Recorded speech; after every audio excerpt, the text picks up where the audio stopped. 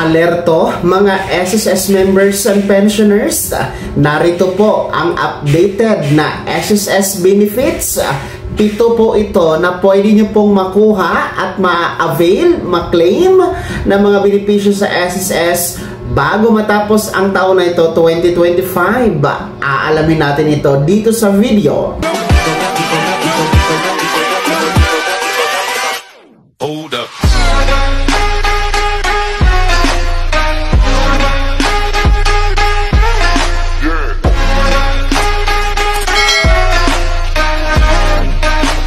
Hello mga ka-vlogs! Welcome dito sa aking YouTube channel. Magandang araw po sa lahat ng mga manonood. Saan po kayong dako sa mundo? Kumusta mga ka-vlogs?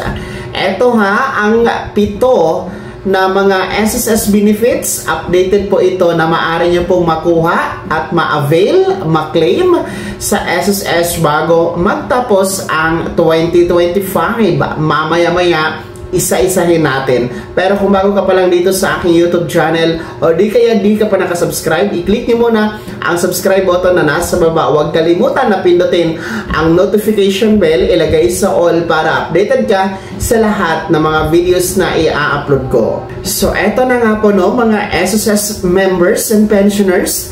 Ito po ang pito na SSS benefits.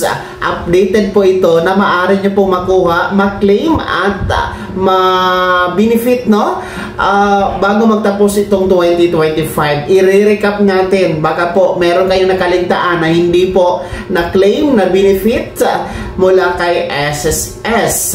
Lalong-lalo pa sa ating mga baguhang miyembro at pensionado. Una po, ang tinatawag natin na sickness benefit.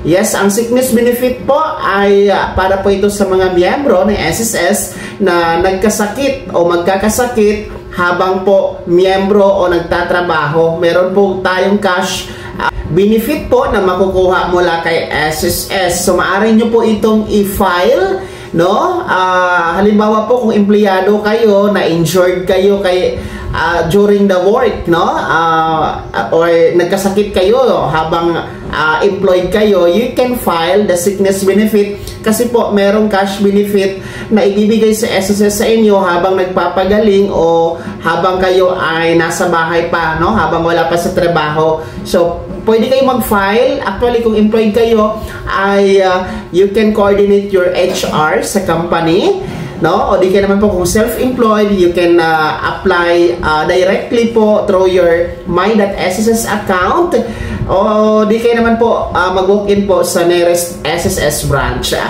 Pangalawa po na SSS benefit ay ang tinatawag natin na maternity benefit. Ito naman po ay para lamang sa mga miyembro na mga babae. Kasi nga po maternity.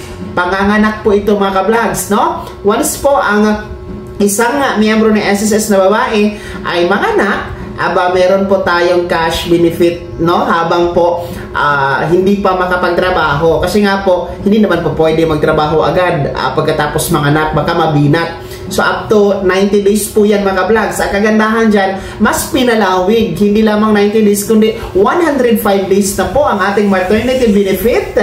And para po sa mga single parent, mga walang katuwang sa buhay na mga babae, ay up to 120 months po yan mga ka-vlogs. And hindi lamang po mga nanganak, kundi maging yung mga nakunan, nagkaroon po ng miscarriage, ay meron po tayong 60 days maternity leave mga ka-vlogs, okay? Provide lamang po kayo ng medical certificate from your doctor na kayo po ay nakunan o nagkaroon ng miscarriage. Ang amount na po yan na makukuha ay depende na din po sa computation ni SSS dahil ibabase po yan sa inyong hulog, mga babaeng miyembro. Pangatlo po na SSS benefit na maaari nating makuha bago ang 2025 ay ang SSS disability benefit, kung saan nga po ito ay nahati sa dalawa. Una po ang total disability pensioners. Well, the total disability pensioners, yung talagang hindi ka na makabalik sa trabaho, no? Dahil po talagang disabled na, no? Madalas dito ay nagkakaroon po talaga ng pensyon, no? Mga total disability pensioners, pwede din po mag-lump sum. And then pangalawa, meron tayong partial disability benefit, kung saan nga po partial, ibig sabihin magpapahinga ka lang, no? Dahil babalik ka naman po sa trabaho. Pero during your pahinga, no, while partial disability ka, meron kang cash benefit na makukuha from the SSS. So nahahati po kasi itong disability benefit. Ito pong total disability benefit, talagang kung magpipensyon kayo dito, makakatanggap kayo ng 13th month, no, ngayong Disyembre. Pero ang mga partial disability, makakatanggap lamang kayo ng 13th month tuwing Disyembre kapag umabot sa 12 months pataas ang inyong pensyon sa ilalim po ng partial disability benefit. Okay? Pang-apat po na updated benefits ni SSS na maaaring makuha bago ang 2025 ay ang tinatawag natin na retirement benefit. Ito po ang pinakamaganda sa lahat actually, at inaantay po natin lahat ito sapagkat the retirement benefit, when you reach the age, kung kayo ay aabot sa 60 years old pataas at umabot sa 120 months SSS contributions, qualified tayo na mag-apply sa SSS retirement pension, kung saan lifetime na pension ito mga kablags. No, pwede po pension, pwede din po lump sum. Kasi magpipensyon kayo kung 60 years old pataas and then umabot sa 120 months contribution. Pero kahit po nag 60 years old na kayo, no, ang edad, and then hindi po umabot sa 120 months contribution, pwede din po kayong mag-lump sum, no? I-lump sum nyo po inyong mga naihulog. O di ka naman po, kung talagang gusto nyo magpensyon, kahit 60 years old pataas na kayo, kumpletuhin nyo lang yung 120 months contribution para po magkaroon kayo ng buwanang pension. So the retirement benefits ay talagang lifetime ito, buwanang pensyon. Depende po sa inyong naihulog na contribution. Ang pinakamababa natin ngayon ay nasa 2,000 piso na buwanang pensyon at ang pinakamataas nasa 20,000 pataas, no? Monthly pension po yan mga kablags.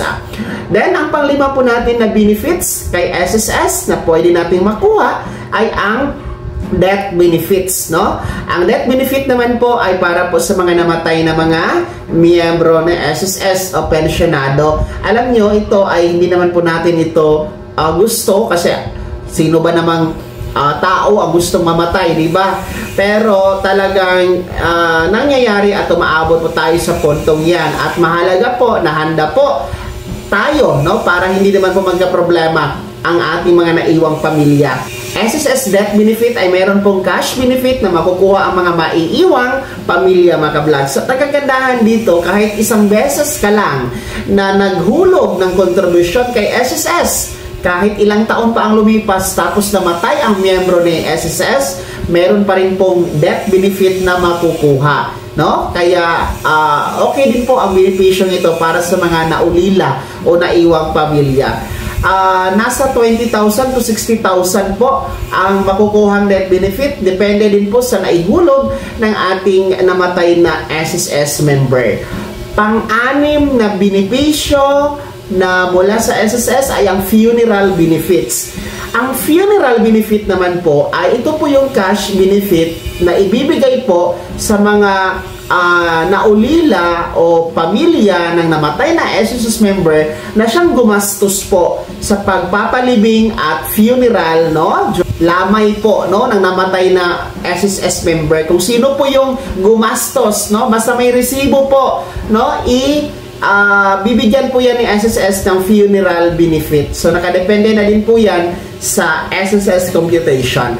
Panghuli, pangpito po na SSS benefit na maaari nating makuha kay SSS ay ang unemployment benefit. Ang unemployment benefit ay cash benefit po na binibigay sa mga miyembro ng SSS na nawalan po ng trabaho na hindi po nila kagustuhan. No, lilinawin natin ha, nawalan ng trabaho na hindi nila kagustuhan. Halimbawa po, nagsara ang inyong kumpanya na bankrupt, no, hindi nyo naman yan gusto.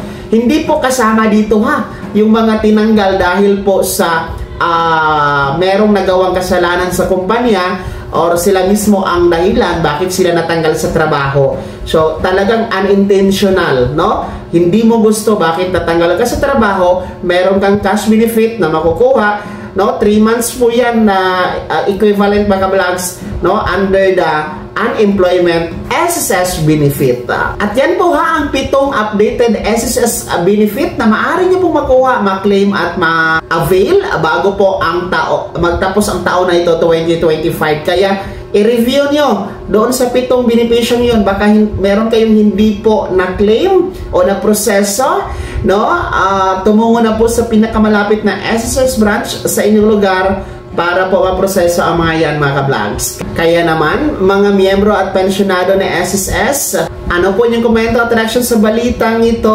Ibahagi niyo po sa comment section na nasa baba kung alin doon sa mga benepisyong yon na meron ba kayong mga hindi pa na-claim doon o na-proseso, no? Pakilakip ng buong pangalan at kung taga saan kayo. Bago ako magtapos sa video na to, kung gusto niyo pong sumuporta sa aking YouTube channel, maaari niyo pong i-click ang ating super thanks button na nasa baba. Sa mga gusto maging miyembro, pwede.